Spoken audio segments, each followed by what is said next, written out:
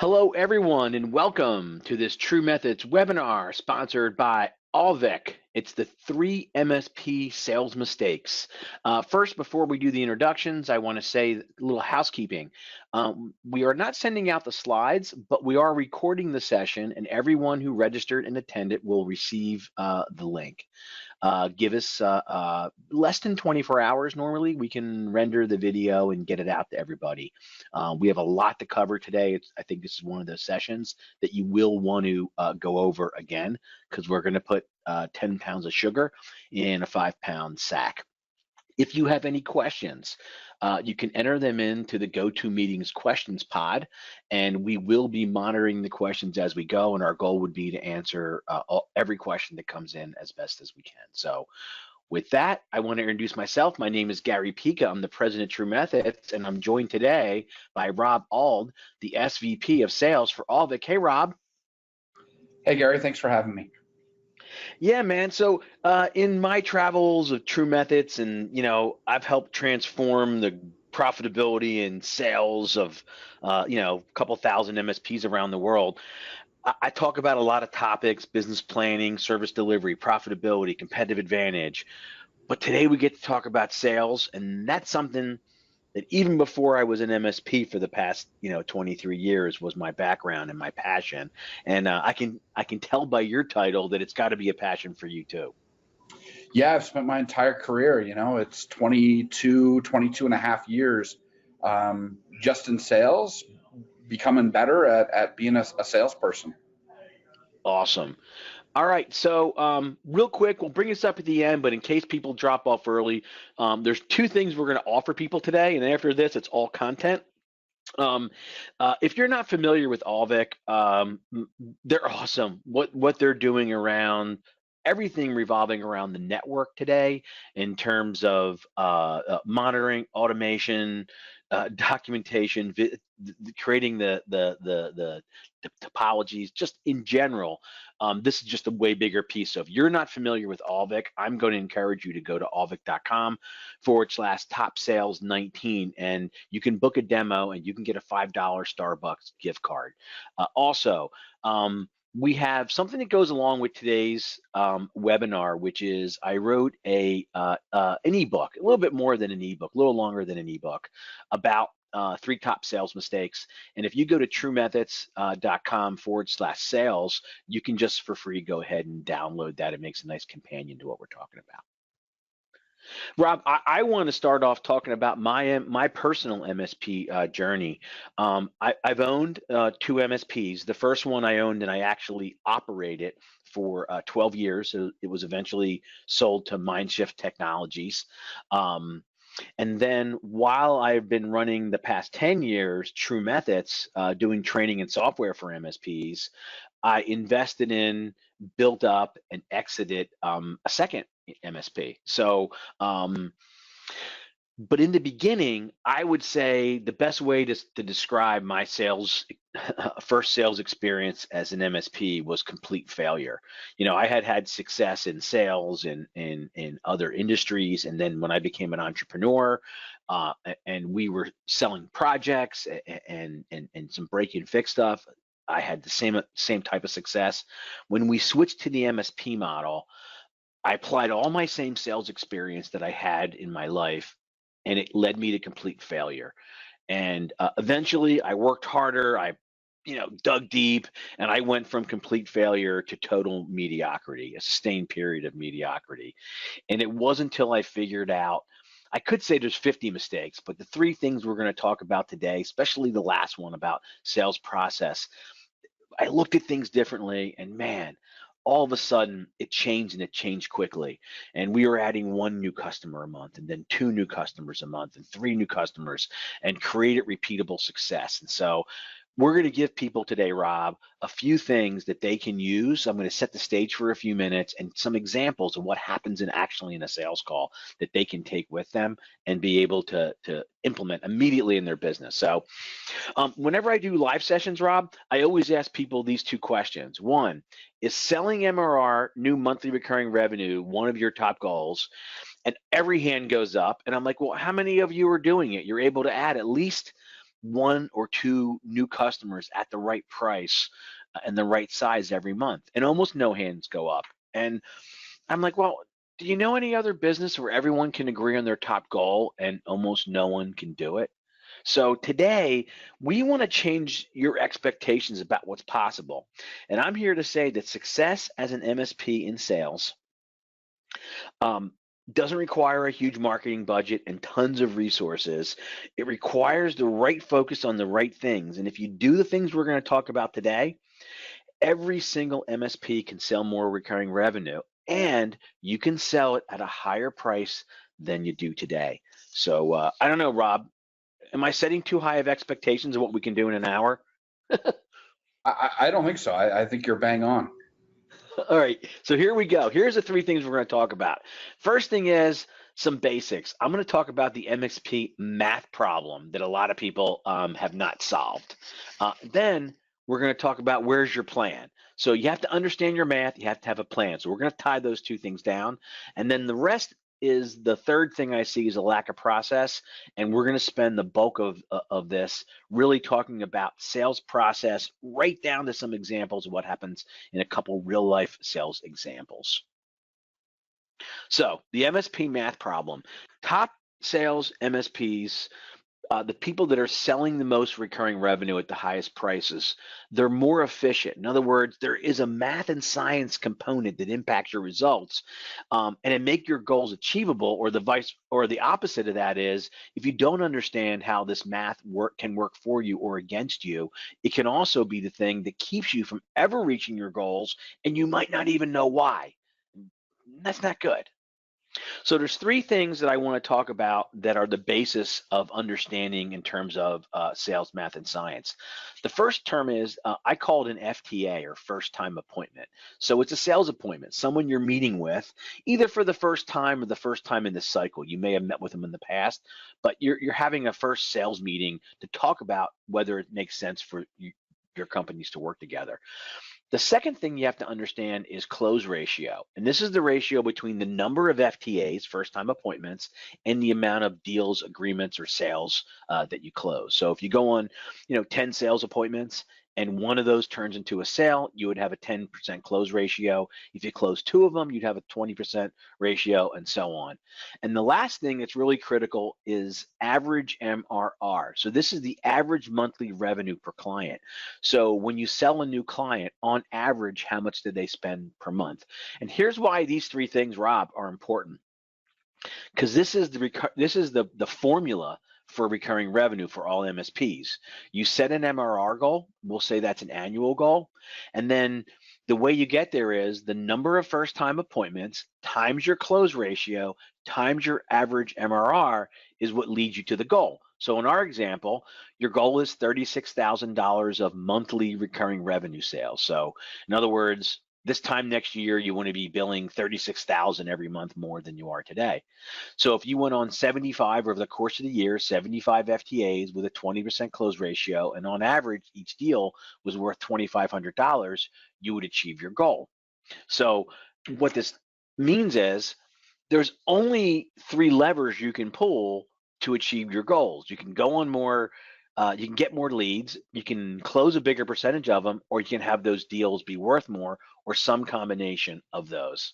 So let's look at the impact of, because ultimately, Rob, we want to have the most amount of recurring revenue sold with the fewest amount of FTAs. Can we agree on that? Does that make sense? Absolutely. Yeah, if we can do it, because FTAs, one, leads, there's a cost, right, to generating leads. And so the most efficient way is to have the highest close ratio and the highest average MRR to make your path easier. So here's an example.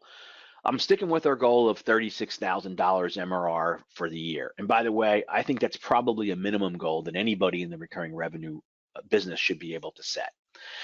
If your average customer is only worth $1,500 a month, you would need 24 sales. Okay, at a 20% close ratio, you'd need 120 FTAs.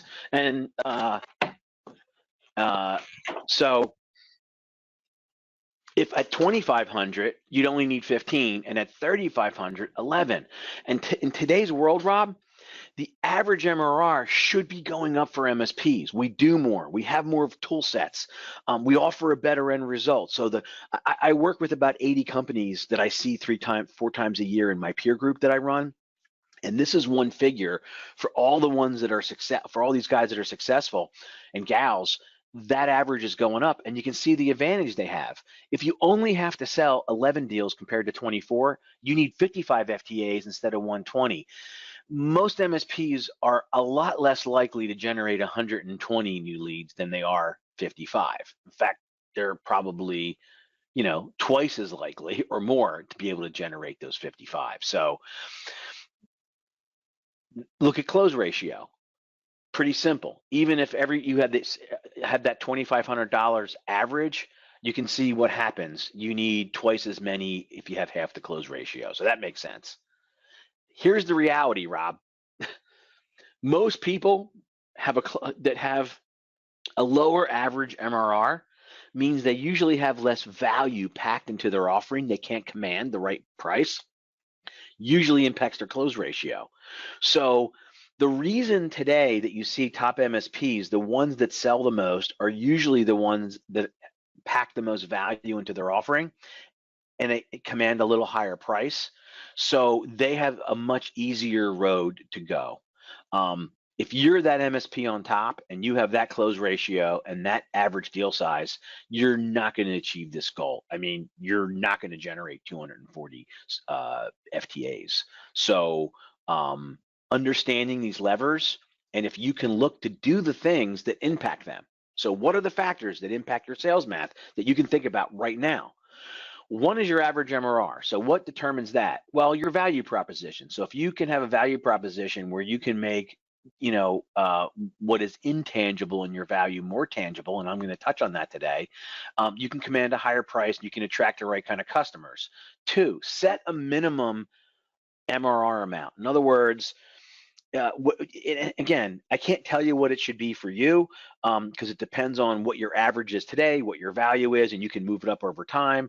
When I got to my latest MSP, we started off, I think their average deal size was about 2,000 a month.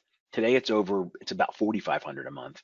But at that time it was 2,000 a month. We set that minimum at 1,500. And as we built our value proposition up, as we implemented the sales process I'm going to talk about today and got better at it, we were able to move it up from 1,500 to 2,000 to 2,500 and so on. So, and then targeting the right prospects. So go look for the people that see the most value.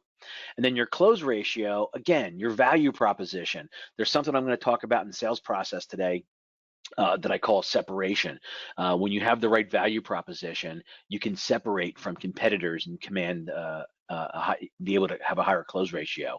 The lead quality, which I'm going to touch on next, and we're going to finish up by talking about sales process. So we're going to talk about all 3 of these today. And here you see the end result, right? So if you can command a higher seat price, here's 2 MSPs that both manage 20 customers and 1,000 seats, but one of them commands $150 per seat on average, and the other one only $100.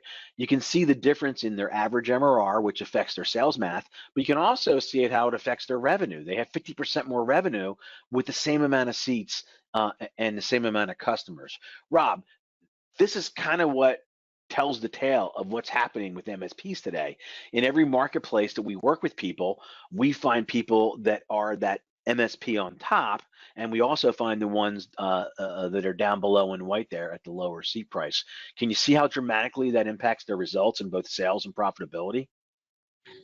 Totally. It's all about more bang for your buck, right? And you see that in the green for sure. Yeah, absolutely. And so what we want to do today is combine the concepts of value into the sales process that we're going to talk about. So, but before we get into that, let's talk about where's the plan. This is what I always say.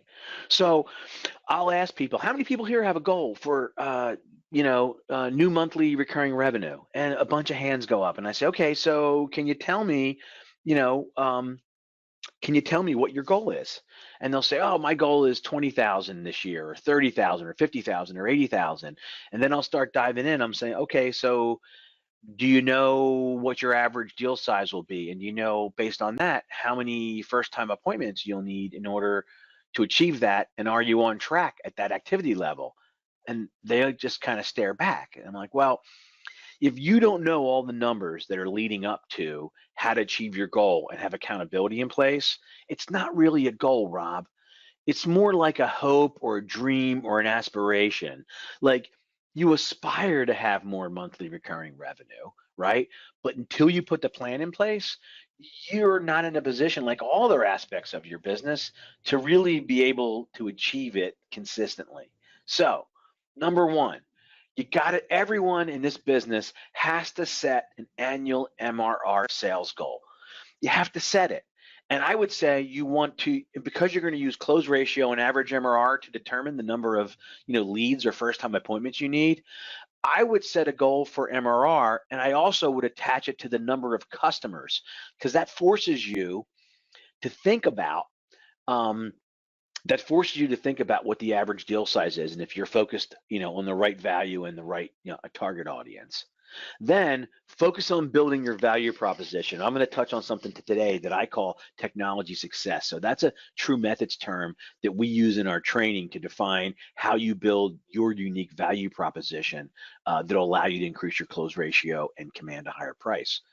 Then you got to put accountability in place. So you got to be able to put accountability not just on the result, which is the sale, but you got to get accountable all the way down to the activity level, which is the FTAs, and then below that, all the activities for lead generation required to get there.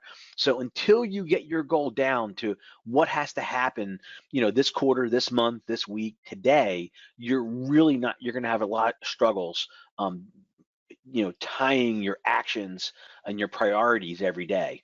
And then finally, the last thing is you need to build what we call a warm lead generation. So this is something we use in our training program, Rob. I call it simple. I call it the sales goal calculator. So at the top, you put in your MRR goal. I use 30,000 as an easy number. And then I said our average contract value or average MRR, average customer spends about 2,500 a month. We have a 20% close ratio. So we put that in, and that says we need about one deal per month. And based on that close ratio, we need 60 appointments annually, about 5 appointments per month, a little over 1 per week. So now, Rob, what you can do is say, okay, how many good leads or appointments do I go out on today? If the answer is 5, you're probably on track. If it's 10, you should raise your goal. If you're going out on 1 or 2, now you know exactly what you have to do. So what activities do I have to put in place to get from 1 or 2 good first-time appointments or leads per month to get to the 5 I need? And all your energy can go into step 1. And I guess, Rob, that's pretty much the power of goals, right? Is determining what that first step is and then putting all your energy into that first step, right? Yeah, absolutely. It efficiently utilizes resources to pump it all where we need the support. Especially in this business where if you're a business owner, in an entrepreneurial business like most MSPs, you've got a lot of other things on your plate. And so it's really easy to come in every day. There's something else. This is the most important thing you need to do to grow your business, but it's not the most urgent thing. So every day of my MSP when I came in, there was tickets, alerts, customer issues, employee issues, finances to deal with. I had a full day's worth of stuff come at me. So the only way when we started to go from failure to success in sales is when I put a plan in place and I prioritized those actions that had to happen every week. We were going to grow my business, and I put accountability in place. So that's step 1. The next thing is understanding that all leads are not created equally, because if you're not selling a lot today, you don't need a lot of leads. You need some leads that you can actually close and turn into business. So the difference between warm versus cold lead: a cold lead is someone who may not have a need established. That could be like inbound marketing. Maybe someone came and hit your website, but they wanted just one thing. They aren't looking for your total offering. They might not be buying, what you're selling. Or maybe they could even be a referral for someone who doesn't fall into the kind of company we would work with, or they're too small. So they're like cold leads. Warm leads have a need. So they have some established need before you get to them.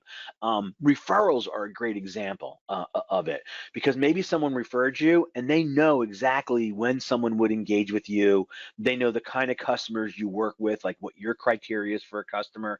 So you kind of can meet them where they are. You're going to close more of those. And then finally, the best kind of leads are returning prospects, people you've met with in the past. You know a lot about them. They know something about you. You feel like they're a perfect fit for whatever reason at the time. The timing wasn't right, or maybe you could have done a better job in the sales process.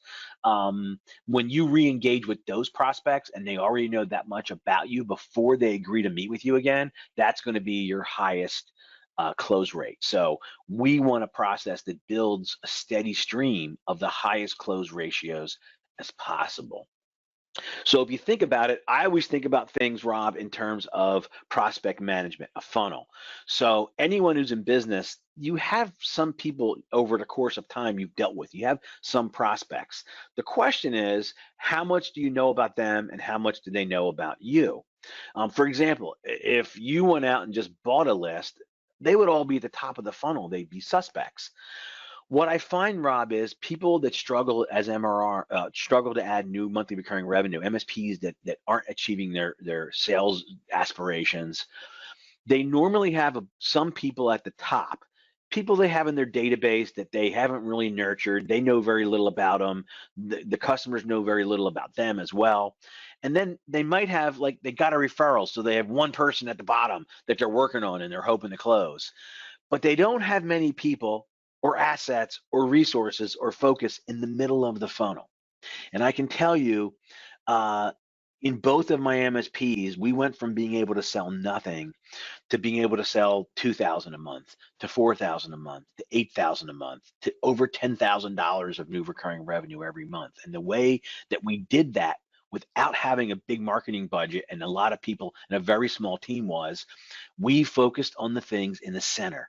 So we went to turn suspects into prospects and what we call warm 250s. They're like A prospects, people that we know a lot about. They're perfect for us and they know something about us. They're much more likely at some point to buy from us. And out of that falls the hot prospects, or the people that you're actually, met with and are engaged right now in the sales process. So if you can figure out how to focus in the middle of this funnel with warm lead generation activities, you can quickly start to get results and then build on them over time. So here's some of those warm lead generation sources. Number one, what I call COIs, or center of influences. So Rob, this would be people in your marketplace that sell to the same target market that you do. So they sell to in the same geography, they sell to the same types of businesses, and they deal with the same decision maker that you deal with. So one example would be, in my first MSP, we did a lot of work with nonprofits. So there's a couple of software applications that a lot of nonprofits use, and we found the people that sold that because they dealt with the same people, the same customers, the same size, and it was real likely that if they bought that software, they would be a good prospect for us. So we developed a relationship with them. And if you can develop 4 or 5 of these relationships, one good way to figure out how to find them is go to your best customers that you want more of and ask the decision maker, hey, do you have other companies you deal with that you love as much as us? There's a good chance when he answers that they're the kind of people you might be able to make a relationship with. Referral programs, but not just offering money for referrals, but when you meet with customers, hey, ask them, would they be comfortable referring you? And if the answer is yes, and many times it is, you leverage things like LinkedIn and say, well, listen, I was looking at your LinkedIn and I saw these 7 or 8 customers that I know we've been trying to work with. Do you actually know any of them? Would you feel comfortable making an introduction? The answer is yes. Send them an email with the link. Even write the email for them so they can cut and paste it for the intro to make it super easy for them. And then finally, develop a warm 250 process.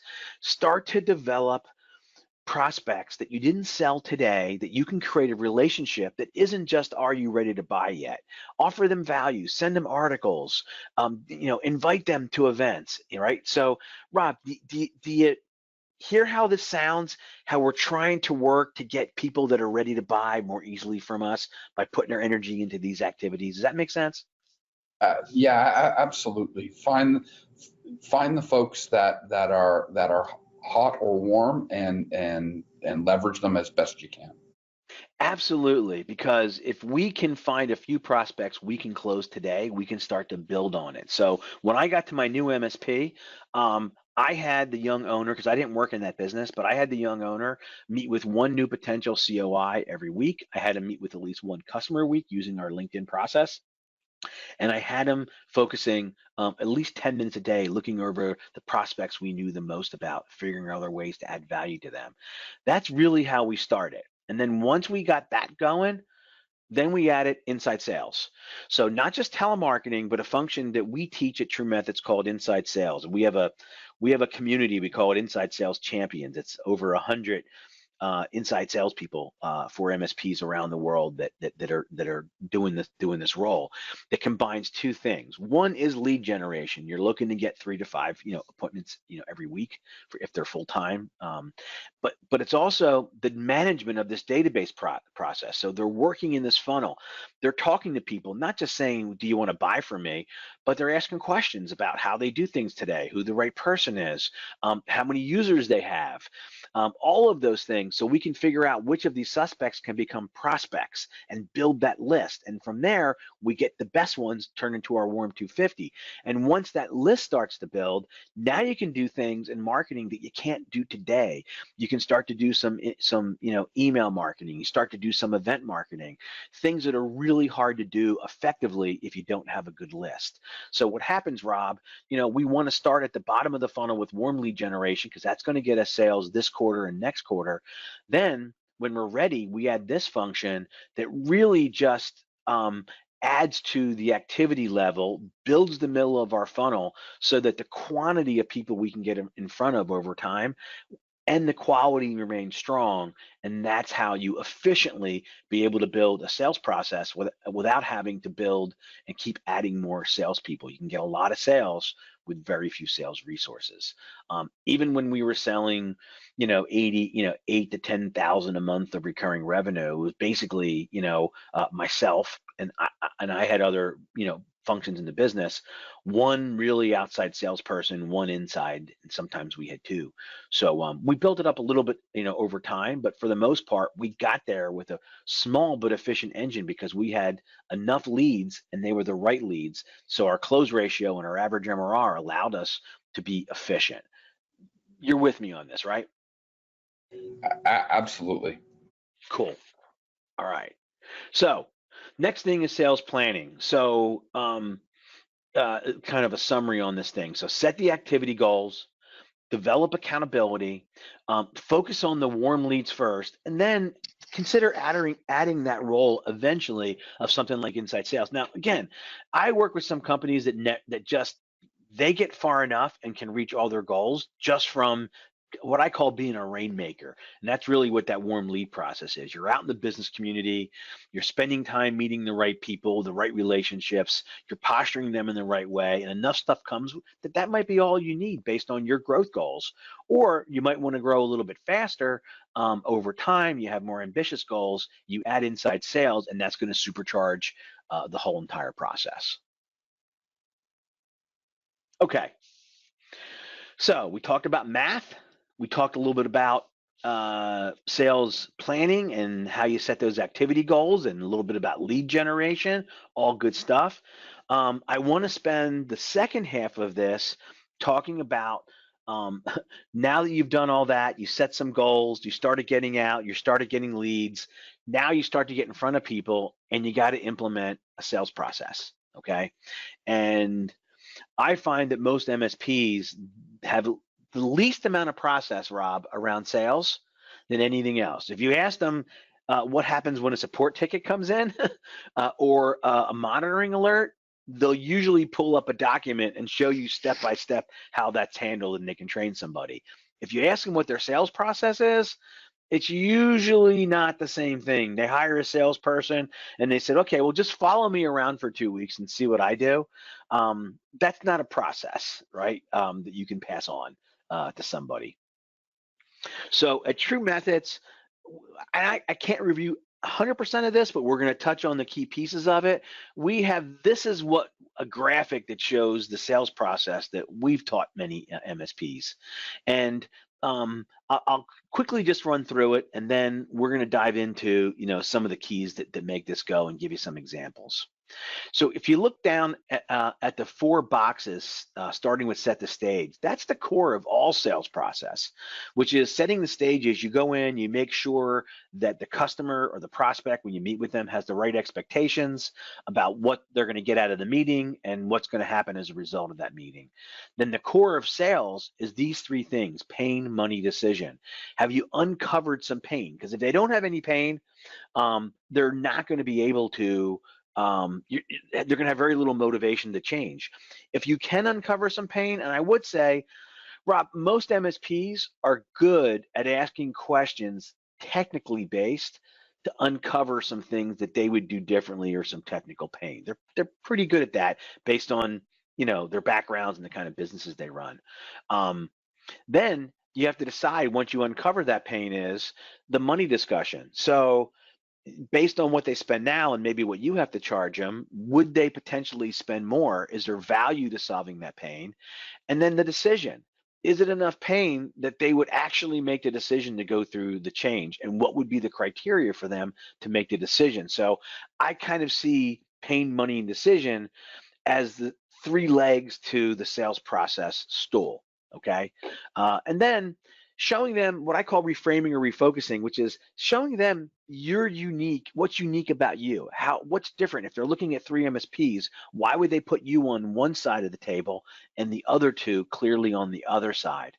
And then we do all of that before we get to the point of the presentation. And I put that door in the center to separate all the important things that I'm going to kind of talk about and give examples of, and that have to be done before you actually get to a presentation and then learn to control the sale.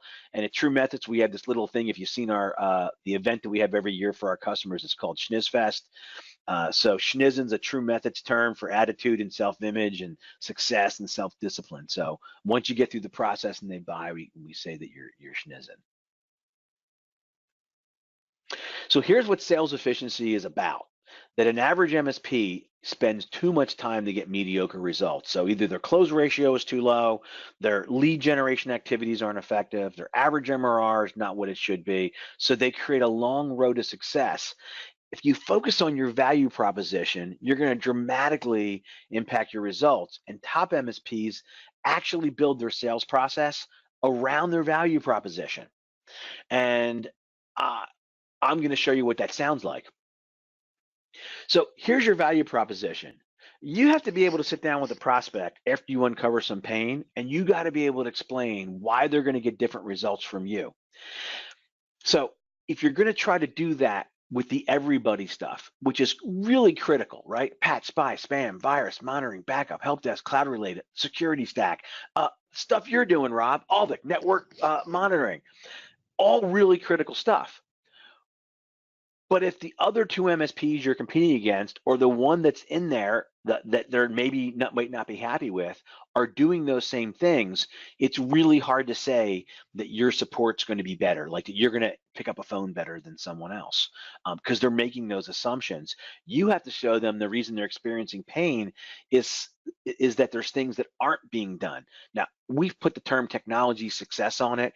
It's around that you have a really strong compliance. I'll call it compliance, right? You have standards and you do continuous alignment, so your customers know where their technology and process lines up against your standards and maybe some industry standards, like for security.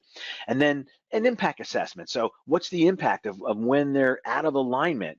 And then finally, how do you put together a strategy for every single customer where they feel like they're making decisions that are impacting the pain that they're having as a result of it, and also they feel like technology is supporting their strategic business goals? So this is the stuff that's unique to an MSP. The tool stack is something that everybody has access to.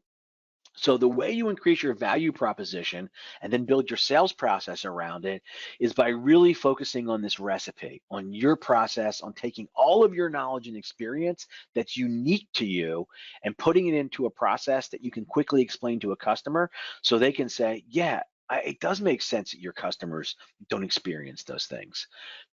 Am I getting this? This is really, before I get to the examples, Rob, this is really important concept. Is it coming through clearly? It really is. Yeah, absolutely. And it's so valuable to have the process and to understand it and to repeat it over and over and over again. And you have to actually do it, right? So this has to be part of your product offering, your service offering. It has to be bundled in, and then you have to have roles and functions that deliver this to every customer. It's almost like I call this the value stack. The stuff that we knew for the first 15 years of MSPs that is still critical. In fact, it's more critical today, right? With security and all the stuff that's going on, but it's just that it's not as much perceived value because every MSP has access to it. So building your what I call your recipe, right? In terms of standards, alignment, impact, and building that kind of strategic relationship. I call that whole process of uniqueness to you, technology success, showing them how to use technology as something that's going to help their business be successful, not just some line item that they have on their SG&A because they got to get their computers fixed when they're broken. So it's changing that value and showing them that most of the issues they have are a result of process, not a technology or a vendor issue. So here's the first step in really understanding sales process. Your conversation shouldn't be about your process and your tools and their process and their tools at first. It should be about their results, right? What's happening? What are some of the pain we uncovered? How is that impacting your business? And then what would your business look like, our results, if you didn't experience those? And if that was the case, would you make a change? Would you invest more? And once we get clients there, now we can go and talk about how we do it. But you got to separate those. The biggest mistake that MSPs make in sales is that they, what I call, show up and throw up. They just uncover a little pain and they start telling people, oh, well, that virus thing shouldn't happen. They use the old crappy way of doing virus. We do it the new cool way. And then they talk to two other vendors who say basically the same thing but different, and they can't decide, and then they pick the one usually with the lowest price because they didn't separate these two steps. First, talk in terms of results and do all of that before you get to the point where you're actually presenting your offering. All right, Rob, this is a little thing I like to call, hey, Gary. So, hey, Gary, your price is $1,000 a month more than the other two vendors. We're $6,000 a month and they're $5,000 a month. What gives love a skeptical prospect? So, Rob, I've probably been on 1,400 MSP sales, cycles myself in my career, and many, many more than the people that I've worked with. In my marketplace, we were always higher than everyone else. So this is a conversation I had many times, but I'm thinking about just one. So I called this prospect up. I said, hey, I got your email. What's up? He said, yeah, we got the other two proposals. Gary, we love you guys and everything you told us, but you're 1,000 more. And I'm like, well, is that a problem? And he said, well, yeah, $1,000, is a lot of money. So I said, well, can I ask you a couple questions to try to figure it out? One, if we were only $500 more and not 1,000, would we be having this conversation? He said, probably not. I said, okay, good. One, I have created some separation. Okay, I tested that. And two, I got the deal at $500 less if I want it, okay? And I'm only 10 seconds into the call. So far, so good. So let's keep going. So the second question I asked is, well, listen, we talked about three things, a bunch of stuff that was going on in your business because of technology, but three of them you told me were super important that you have to solve. So based on this, do you think those vendors charging $1,000 less, are you as comfortable that there's a 100% chance they're going to solve all those issues in the long and the short term? Because if you do, you wouldn't spend 1,000 more. In fact, you wouldn't even spend $1 more. And he said, well, we do, Gary, you explained your process. We do think it's better. It's just that it was a bunch more. So I said, well, look, then let me just ask you one last question. What if you only had two choices? Choice number one was, you could change vendors to somebody else who'll be a little bit better and charge you less than what we are, and things will get a little bit better, but you actually won't be guaranteed of solving the issues that you're living with today. And the only other choice was you put the right process in place, you made the right investment with us, and you were confident that those things would go away. If that was your only two choices, what would you do? And Rob, when someone's on the phone and you can tell that they're smiling, even though you don't see them, right? You can just almost hear their smile over the phone. That's what I heard, and I'm like, he's like, okay, I get it. And we went on to do business with that customer. So this is where you want to get to with every prospect. All right, so let me take you kind of how to gauge your progress, and then let me go through two examples before we get to the top of the hour so you can kind of hear how this sounds. So one, your results are how much monthly recurring revenue are you selling it and at what price? Are you commanding the right price and are you selling it? What's your closing percentage? Are you in control of the sales process or is the prospect? Can you forecast?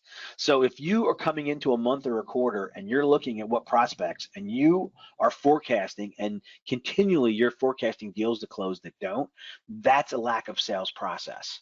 If price continues to be an issue, if you can't clearly create separation where they can separate, in a gut check, what's different from you than their other alternatives, if you can't qualify prospects quickly and move on from the ones that aren't a fit, okay, that's a sales process issue. And if you give up your sales assets, if you're just going through and every time getting to the point where you tell them some stuff and then you give them a presentation and then you send them a proposal, and you're not reaching your sales goals, it means you're giving up your assets too easily. Rob, I have a saying. It says proposals are where sales go to die. Right?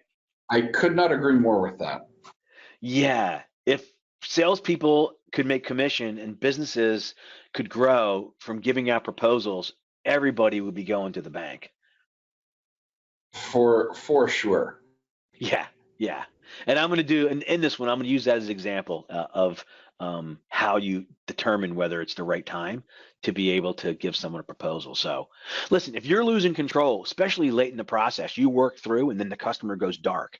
They stop returning your calls. They're not returning your emails. That's a lack of process. When you find out new information, like you've met with them 3 times, you've given them a presentation, you did the proposal, and then when you talk to them and you ask them what's going on, they're like, oh, I got to get one more quote. Well, now you're finding that out this late. That's a lack of process. Or when you're presenting too early, we put this door for a reason in the center of our sales diagram here to separate what the most important things are in a sale from the actual presentation. Once you present and they have your proposal, they really don't need you anymore. Okay, they have everything that they need, and you're going to have problems controlling the sale. And you'll be working too hard. You'll feel like you're selling. The customers are reluctant to share too much information, and you're left hoping and waiting. So, number one, Rob, pre-flight checklist. Have you prepared for the sales appointment? Research the company, research the contact, the industry, the other people on the leadership team. There's a lot of information out there on their website, on LinkedIn. Do you have a goal for the appointment? And the hint is it's not to sell them, because very few MSPs meet someone, go in for the first time, meet with them, and walk out with a signed contract and then firing the current vendor. There's usually a process that takes, anywhere from 2 weeks to 30 or 40 days and a number of steps. So based on how that meeting goes, you have to decide what is that next step and only focus on that goal of getting it to the point to that next step, and make sure you check your attitude.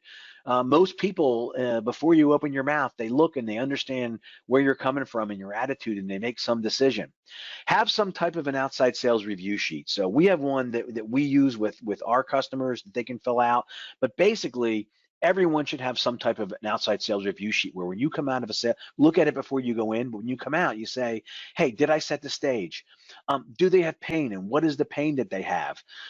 Did I have a money conversation related to it? Do I know their decision process? Do I have a next step scheduled? So you can come out and be able to evaluate, hey, like almost like watching film. How did this go? What would I have done differently? So that's really important.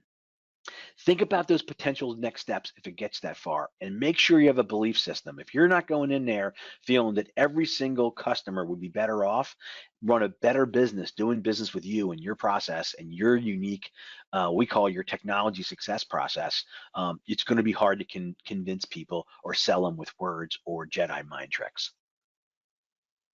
So here's some of the basics of the sales process. You need to move from just a technology conversation to a business result. And you'll hear that in my examples. Not just, hey, what happened here? This technical thing happened. Okay, what was the impact on the business? What was the impact on you? People buy, they think they buy logically, but they always buy emotionally. So we got to convert what I call technical pain to business or emotional pain.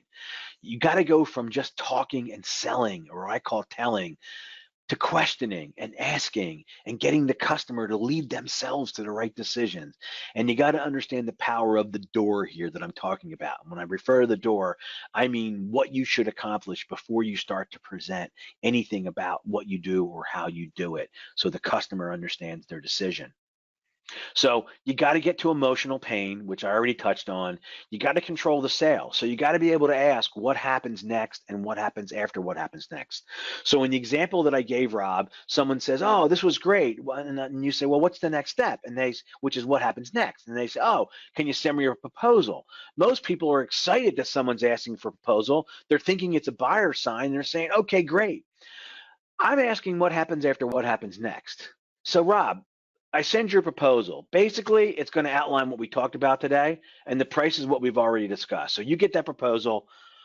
What would happen next? If they say, oh, well, I'm going to sign it and send it back, then guess what? That's the next step. It's awesome.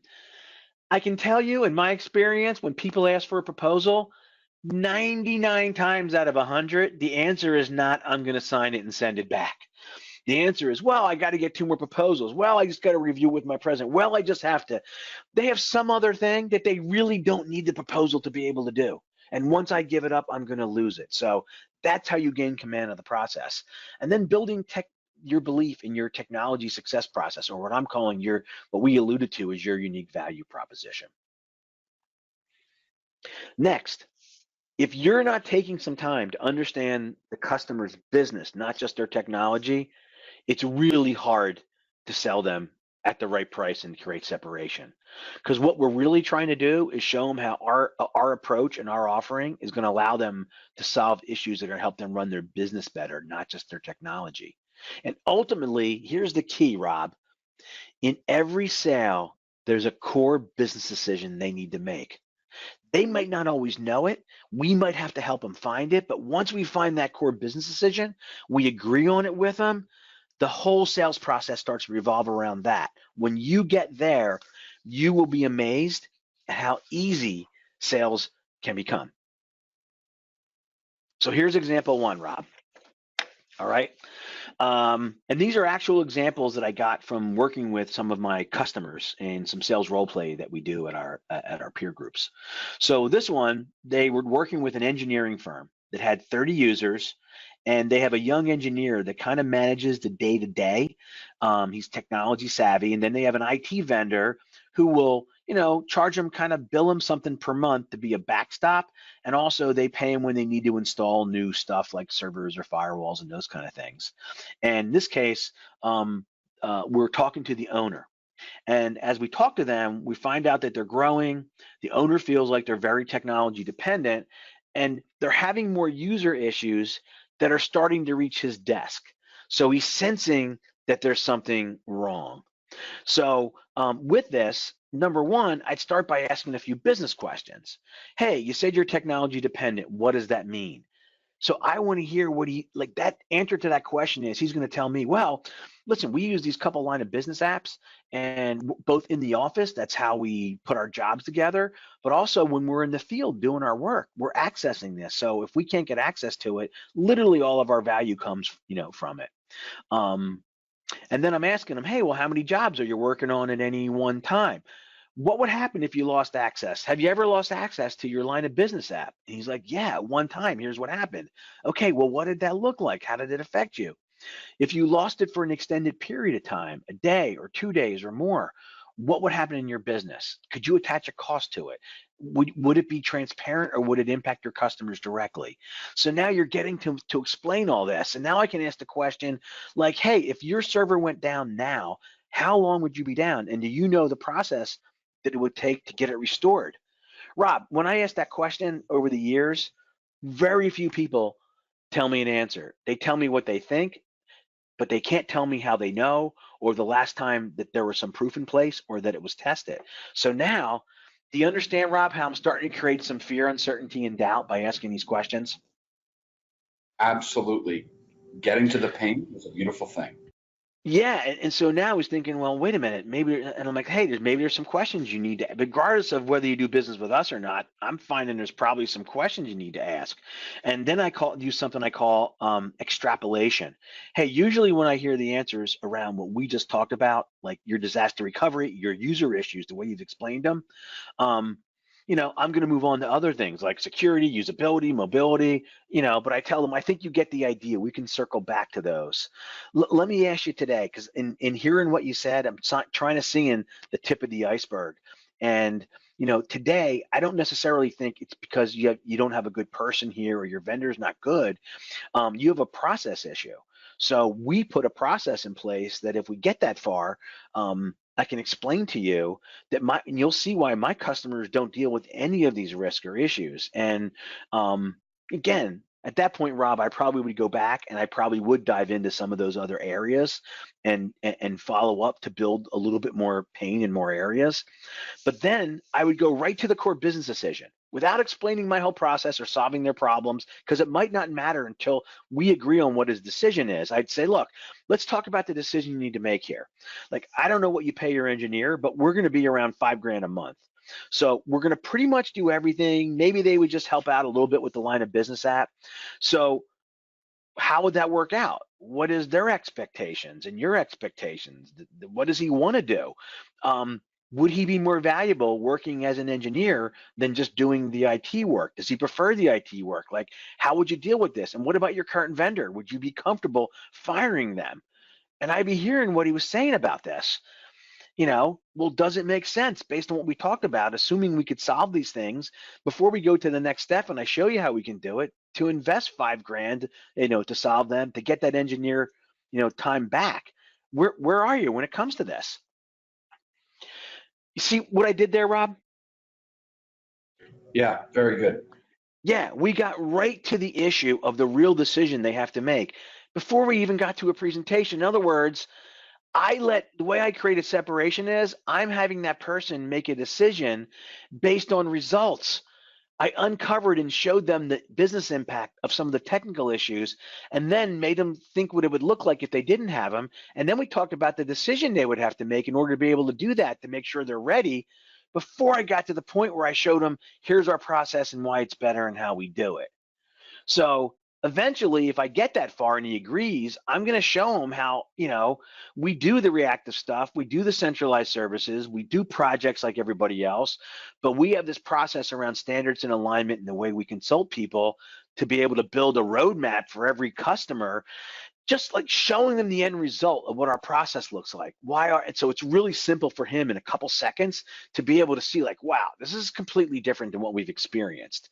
But I don't want to do that, Rob, and I can show him, like, hey, you're going to have a plan like this. You're going to make decisions to solve all these things. But I don't want to do it unless I've got to the point where we've agreed they want the results, they're willing to change, and they're willing to make an investment. Do you see why salespeople waste a lot of time? Yeah, for sure. Yeah, because they go through all that and they haven't addressed the core business issue. That's why they lose control. So once you get to where we're talking about, you control the process, you protect your assets, you have accurate forecasting. You no longer treat it like a salesperson. You're actually helping them. Listen, you don't have to sell the pain as soon as you find it. The pain's not going anywhere, right? It'll still be there. We can come back to it. But if you keep looking for that core business decision they need to make, you're going to have much greater success. Let me give you one more example, and then we're going to get right to the top of the hour and wrap things up. So my second example is this customer has 60 users, they're growing, and I'm talking to the CFO who reports to the owner. They're having performance issues with remote sites. So This is something that if you have Auvik in your stack, probably you're going to ask the right questions, right, Rob? So that's where you guys come in. So they're having these performance issues, and they've been on and off for months. The vendor hasn't been able to handle it. They've been working with that vendor for 5 years, and he has a person that now kind of works with that vendor who's like a manager, and it's taking up 50% of their time. And currently, they pay $6,500 a month plus projects. The same thing I'm going to do. I'm going to dig into those performance issues, and I'm going to try to get him to explain to himself and to me, how is it, you've lived with it this long, why do you feel now's the time where you can't live with it anymore? And let him get that emotion out about how this is affecting him, how it's impacting his people and his customers and his business. Like, really let him emote that, right? Then I'm going to ask him some more questions about their applications, their disaster recovery, security. I'm going to use extrapolation again. Then I'm going to go to the business decision, which is, look, you're paying $6,500 a month today, and you have one of your folks tied up 50%. I'm not sure what value you put on that. If you were to do business with us, and we'll show you logically, you wouldn't unless you saw why our customers don't experience this. It's, the onus is on me to show you our process and why it's unique, but we're going to be $9,000 to $10,000 a month. So the question is, even if you were sure you could resolve those issues and get that employee time back, would you invest $3,000 or $4,000 a month more? Would it be valuable to get your employees time back, solve these issues, and would you be willing to fire the vendor if that's all the stuff you had to do to get from where you are to where you need to be? Then, at that point, that gives me a real good idea of where they are, right? The next thing I would do is, knowing that they report to a president, I would go right to that. So where does your president stand on this issue? What's their relationship with the vendor? And then I would come up with a logical next step that would both confirm that they wanted to move to better results, and my job is to show them how we do it, and what would happen once I showed them that. What would it look like if they came to our office and they saw what we did and they felt we're the best thing since sliced bread? What would happen after? What happens next? And I would understand how we involve the president appropriately, so I don't have to worry about that when I get down to the end. So do you see, Rob, how you can use a process to get you to that same place, and why it's so much more efficient? Yeah, absolutely. Totally agree, Gary. Awesome. So listen, here's some observations I've had from working with so many MSPs and their salespeople. You got to spend some time, and you have to have some type of sales review sheet, and you got to review every call for what happened. I would even put my phone on in my pocket and listen to a few. You'd be surprised how different it is when you're listening out of it than when you're in it. And then do some role play like I did today. When I work with my peer groups, we do a lot of sales call role play, so we don't keep making the same mistakes over and over again. Because remember, most decision makers make a decision or determination in that first meeting with you of what their likelihood is to doing business. They just don't tell you, okay? And most tactics and strategies are applied after the decision maker has made that, and you just don't know they've made the decision. You have to apply your tactics and your strategy ahead of time. So we covered a lot today, Rob, right? You got to define that plan. You got to build value, right? That value proposition. And then if you can increase sales and profitability, if you can sell more at the right price, because listen, this is the gold rush. There is more recurring revenue being sold at a higher price today than at ever before. So we went at it, Rob. I unleashed on everybody today. It's superb. Absolutely superb. Oh, that was fun. So real quick here, listen, if you're not familiar with the people at Auvik and what they're doing, so much more of what an MSP is responsible for, is outside that office now. It revolves around the network. And when it comes to efficiently managing, reducing, monitoring, automating, everything around that, Auvik, they're the guys. So if you have not taken a look yet at Auvik, or you haven't looked at them recently, go to auvik.com/topsales19 and you'll get a $5 Starbucks gift card. So I'm encouraging everyone to do that. Real quick, TruMethods, what we do is we have training. I have over 200 hours of role-based video training on not just sales, but every aspect on how to build a competitive advantage, how to build profitability, do a business plan. And we have software called My IT Process that allows you to build the process of standards, alignment, impact, and strategy. So you can go to TruMethods.com for more on that. Or if you just want the top 3 sales mistakes, something you can have in writing to use as you go through this again, just go to TruMethods.com/sales, fill out that form, and we will send it to you. So, Rob, we're at the top of the hour, but we did have one question here. I want to try to get it in right before we head out. All right. He says, I'm not looking to change my CRM. Is there a way to just provide better marketing, promoting the MSP side of the business? So I'm not sure you need to change your CRM. I feel like you have to have some way, Vince, of managing prospects. And in terms of marketing or promoting the MSP side of the business, I think some of the things we talked about with warm lead generation, if you're not selling a lot today, that really is the best way to start. And again, your marketing, you can always do some inbound marketing, right? So you can focus on that. And if you're not going to focus on inbound, things like email marketing and campaigns and event marketing, the success of that is really going to be dependent upon the quality of your list. So you're going to have to balance where you put your time based on where your situation is today, how good your list is, how great your product offering is, your belief system, your ability to create separation. And you need to put a plan together to get you in front of the prospects today based on wherever you are. You could be somewhere different in 6 months or a year and have different options. And finally, do you have any respects with digital marketing? So let me tell you what the thing is about digital marketing. If there's some specific things you're selling, it can be helpful. The hard part about finding great managed service prospects is many times they don't really know how much pain they're in until after we already meet them. It'd be like if you were a dentist, digital marketing works because I know if my tooth hurts. So what I would say is I do have customers that have some success, but you really have to make sure that you're measured in how you approach it. So awesome. Well, Rob, we ran a little bit over, but this was a lot of fun. Yeah, thanks so much, Gary, for having us. I thought it was superb. Awesome. And again, we did record this, and we will send the recording back to everybody. So everybody also head to Auvik.com, TruMethods.com to learn more about how Auvik and TruMethods are both helping MSPs build faster growing, more profitable MSP practices. Make it a great day, everybody. Auvik's Internet Connection Check helps you monitor the health of your client's internet connection. It not only lets you know if your client's internet goes offline, but it can also be used to identify WAN issues such as increased latency or high amounts of jitter. In this video, we'll show you how to make sure it's properly set up, how to use it, and what automated notifications are associated with it. We recommend that you first check to make sure the cloud ping feature is configured correctly.